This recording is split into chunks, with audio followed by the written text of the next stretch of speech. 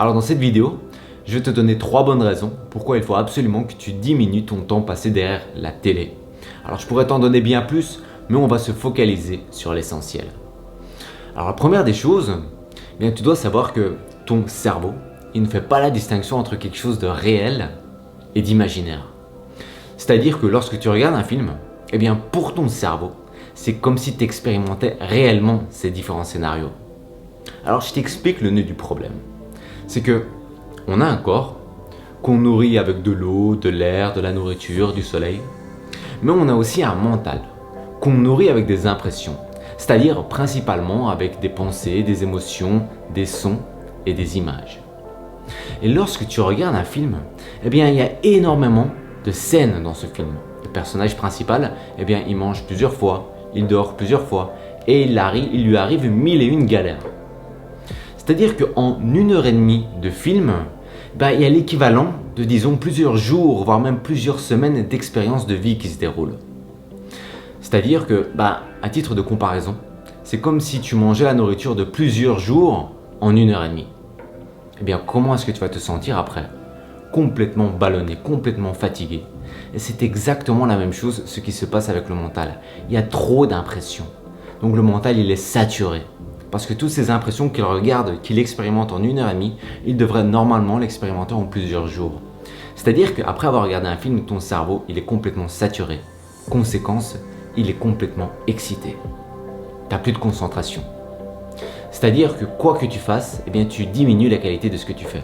Si tu dois étudier, lire, travailler, même faire du sport, eh bien, tu ne seras pas au top parce que tu seras perturbé.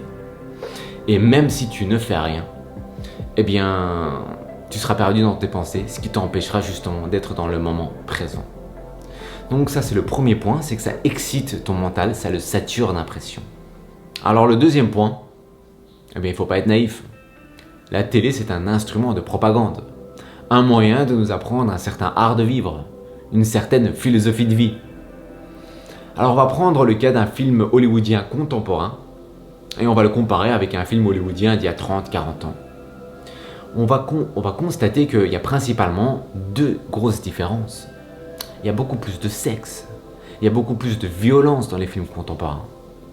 Auparavant, quand il y avait un couple qui s'aimait, ils faisaient juste des bisous et ça s'arrêtait là. Maintenant, on doit tout voir. Et concernant la violence, auparavant, quand ils tiraient avec un fusil, on voyait pas grand chose. Maintenant, on doit tout voir, on doit voir sa cervelle exploser, on doit voir du sang gicler. Pourquoi ? Parce que le sexe, c'est bon pour le business. Les relations de courte durée, c'est magnifique pour le business. Les relations durables, c'est pas bon pour le business. Pourquoi est-ce qu'il y a autant de violence dans les films ? Eh bien, au plus on a peur, au plus on achète. La peur, c'est bon pour le business. Ça fait consommer. Et puis, si tu regardes un peu de plus près, si tu vois par exemple dans un film que le personnage principal est en train de fumer des clopes, eh bien, c'est que l'industrie du tabac l'a financé. Si tu vois telle actrice porter tel vêtement, porter tel sac à main, c'est qu'elle a été financée. Donc il y a plein de messages subliminaux dans les films. Autre point, le journal télévisé. Si tu regardes bien, lorsqu'il y a par exemple une manifestation, eh bien, il y a toujours une différence entre les chiffres donnés par la police et les chiffres donnés par les manifestants. Quand il y a une guerre entre 2 pays, les chiffres des morts ils diffèrent d'un pays à l'autre. La télé ne nous dit pas la vérité. Alors, l'objet de cette vidéo n'est pas de te rendre parano, mais de garder un œil critique. Et parce que la télé aussi, elle veut nous donner une certaine vision de la vie, elle veut nous donner une certaine vision de la réussite, une certaine vision du bonheur, une certaine vision du couple parfait. Suis tes propres principes et pas ceux dictés par la société. Alors le troisième et dernier point, c'est que tout simplement ça tue ton imagination.